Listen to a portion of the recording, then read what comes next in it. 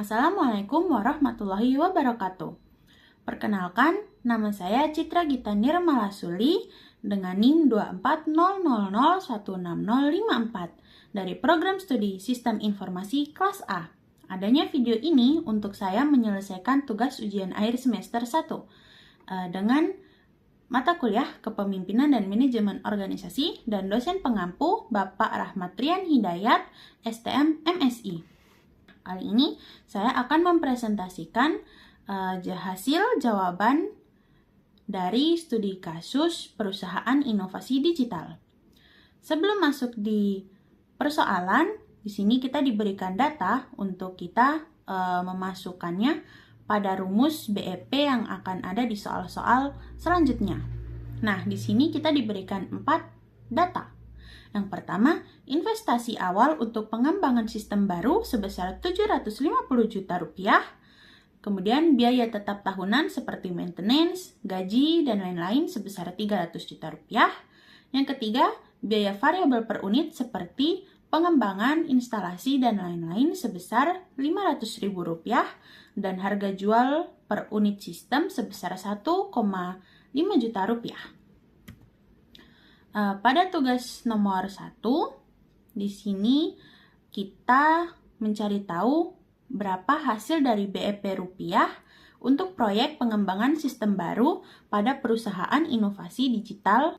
Nah, sebelum kita masuk di dalam rumus BEP rupiah, di sini kita harus mencari tahu dulu kontribusi margin per unit dan BEP unit. Untuk rumus dari kontribusi margin per unit adalah harga jual per unit dikurangi biaya variabel per unit, yaitu 1.500.000 dikurangi 500.000 sama dengan 1 juta rupiah. Kemudian kita mencari BEP unitnya dengan rumus biaya tetap dibagi kontribusi margin per unit. Nah, untuk biaya tetapnya adalah 300 juta rupiah dibagi dengan 1 juta rupiah, maka hasilnya adalah 300 unit. Dan kemudian kita akhirnya mencari BEP rupiahnya dengan rumus BEP unit dikali harga jual per unit. BEP unitnya adalah 300 unit dikalikan dengan 1.500.000 yang hasilnya adalah 450 juta rupiah. Maka hasil dari BEP rupiah untuk proyek pengembangan sistem baru pada perusahaan tersebut adalah 450 juta rupiah. Pada nomor 2, kita mencari jumlah unit sistem yang harus dijual. Nah, di sini kita menggunakan rumus dengan BEP dengan target laba. Nah, di sini kita sudah mengetahui bahwa perusahaan tersebut telah menetapkan target laba sebesar 200 juta rupiah. Maka tinggal kita masukkan di dalam rumus. Rumusnya yaitu dalam kurung biaya tetap dijumlahkan dengan target laba. Kemudian hasilnya dibagi dengan kontribusi margin per unit, yaitu 300 juta rupiah dijumlahkan dengan 200 juta rupiah. Kemudian dibagi dengan 1 juta. Maka hasilnya adalah 500 unit sistem. Maka jumlah unit sistem yang harus dijual adalah 500 unit sistem. Kemudian ada komponen anggaran. Nah, komponen anggaran yang perlu dipertimbangkan oleh perusahaan tersebut dalam menyusun IT budgeting untuk tahun fiskal mendatang adalah CAPEX dan OPEX. Karena pada studi kasus tersebut kita sudah mengetahui bahwa anggaran ini harus mencakup berbagai kebutuhan seperti pembelian perangkat lunak, perangkat keras, pelatihan karyawan, dan pemeliharaan. Yang dimana pembelian perangkat keras termasuk di dalam CAPEX karena perangkat keras ini memiliki masa pakai yang relatif lama. Kemudian ada pembelian perangkat lunak, dia bisa di CAPEX dan OPEX. Nah, dia ini tergantung dari jenis lisensi yang digunakan. Misalnya dia termasuk di dalam CAPEX, berarti dia adalah perangkat lunak yang berbayar dan memiliki masa pakai yang lama. Jika dia termasuk di dalam OPEX, maka dia adalah perangkat lunak yang berbasis cloud atau berlangganan. Kemudian pelatihan karyawan termasuk dalam OPEX, karena ini adalah biaya operasional harian yang diperlukan untuk meningkatkan kemampuan staf. Dan yang terakhir adalah pemeliharaan, termasuk di dalam OPEX, karena ini adalah biaya operasional yang diperlukan untuk menjaga fungsi normal perangkat tersebut. Kemudian di sini ada rencana anggaran IT. Di sini perangkat keras mempunyai biaya 390 juta rupiah, perangkat lunak 355 juta rupiah, pelatihan 100 juta rupiah, pemeliharaan total 155 juta rupiah. Jadi total dari semua itu adalah 1 miliar rupiah. Nah, masuk di dalam proses IT procurement.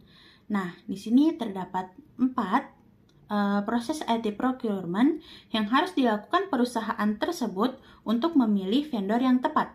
Yang pertama adalah identifikasi kebutuhan. Itu adalah menentukan kriteria pemilihan vendor. Hal ini meliputi menentukan kriteria yang digunakan untuk memilih vendor seperti kualitas produk dan layanan. Kemudian, penilaian vendor. Untuk penilaian vendor harus memperhatikan reputasi dan pengalaman vendor di pasar. Perusahaan harus memperhatikan hal-hal tersebut untuk memastikan bahwa vendor dapat memberikan dukungan teknis yang baik dan memenuhi standar industri terkait. Kemudian ada negosiasi kontrak. Dalam negosiasi kontrak, perusahaan dan vendor akan membahas berbagai aspek penting dalam kontrak, termasuk jangka waktu kontrak, harga produk dan layanan, jaminan kualitas produk dan layanan, dukungan teknis yang diberikan, dan standar keamanan informasi yang harus dipenuhi. Kemudian ada evaluasi vendor. Evaluasi kinerja vendor dilakukan untuk memastikan bahwa vendor dapat memberikan layanan dan dukungan teknis yang baik sesuai dengan kondisi ketentuan kontrak, serta memenuhi persyaratan keamanan, informasi, dan standar industri yang berlaku. Kemudian di sini ada kriteria dalam pemilihan vendor. Di sini saya mempunyai 4 kriteria, yaitu kualitas produk dan layanan yang ditawarkan oleh vendor. Yang kedua, reputasi dan pengalaman vendor di pasar. Yang ketiga, harga yang ditawarkan oleh vendor. Dan yang keempat adalah kemampuan vendor untuk memberikan dukungan teknis yang baik. Nah, di sini ada proses IT change management. Di sini sebenarnya ada tanda panah yang menunjuk, cuma karena latar belakangnya adalah hitam dan tanda panahnya juga hitam, jadi tidak kelihatan. Nah, di sini yang pertama adalah pengajuan permintaan perubahan, kemudian analisis dampak, dan kemudian persetujuan, kemudian perencanaan, kemudian implementasi, kemudian uji, dan yang terakhir adalah evaluasi. Nah, berikut adalah matriks atau tabel RACI. Di sini, pada proses pengajuan permintaan perubahan, vendor menjadi informed, manajemen proyek menjadi accountable, petugas IT menjadi responsible, dan karyawan menjadi consulted.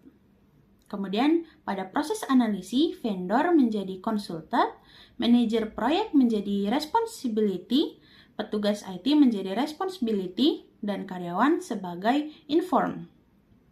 Pada proses persetujuan, vendor menjadi consulted, manajer proyek menjadi accountable, petugas IT menjadi consulted, dan karyawan menjadi informed. Proses implementasi perubahan, vendor menjadi consulted, manajer proyek menjadi accountable, petugas IT menjadi responsibility, karyawan menjadi informed. Dan pada proses evaluasi, vendor menjadi consulted, manajer proyek menjadi accountable, petugas IT menjadi responsibility, dan karyawan menjadi informed. Nah, pentingnya penerapan keamanan informasi. Untuk perusahaan inovasi digital, keamanan informasi sangat penting untuk proyek pengembangan sistem baru karena melindungi data sensitif dari ancaman siber, memenuhi peraturan keamanan data, melindungi reputasi bisnis, memastikan keberlangsungan operasional, dan mempertahankan keunggulan kompetitif. Oleh karena itu, keamanan informasi yang baik dapat berdampak pada keberhasilan proyek dan operasi perusahaan secara keseluruhan. Nah, kemudian ada langkah keamanan informasi. Di sini saya mempunyai 6 langkah keamanan informasi. Yang pertama adalah enkripsi data. Untuk melindungi kerahasiaan data, sehingga orang yang tidak berwenang tidak dapat mengaksesnya. Kemudian, yang kedua adalah menggunakan firewall dan antivirus. Ini untuk menjaga jaringan dari serangan eksternal dan melindungi perangkat dari ancaman internal. Yang ketiga adalah melakukan backup. Nah, cadangkan data ini secara rutin untuk memastikan bahwa salinan data tetap tersedia meskipun nanti ada permasalahan yang bermunculan.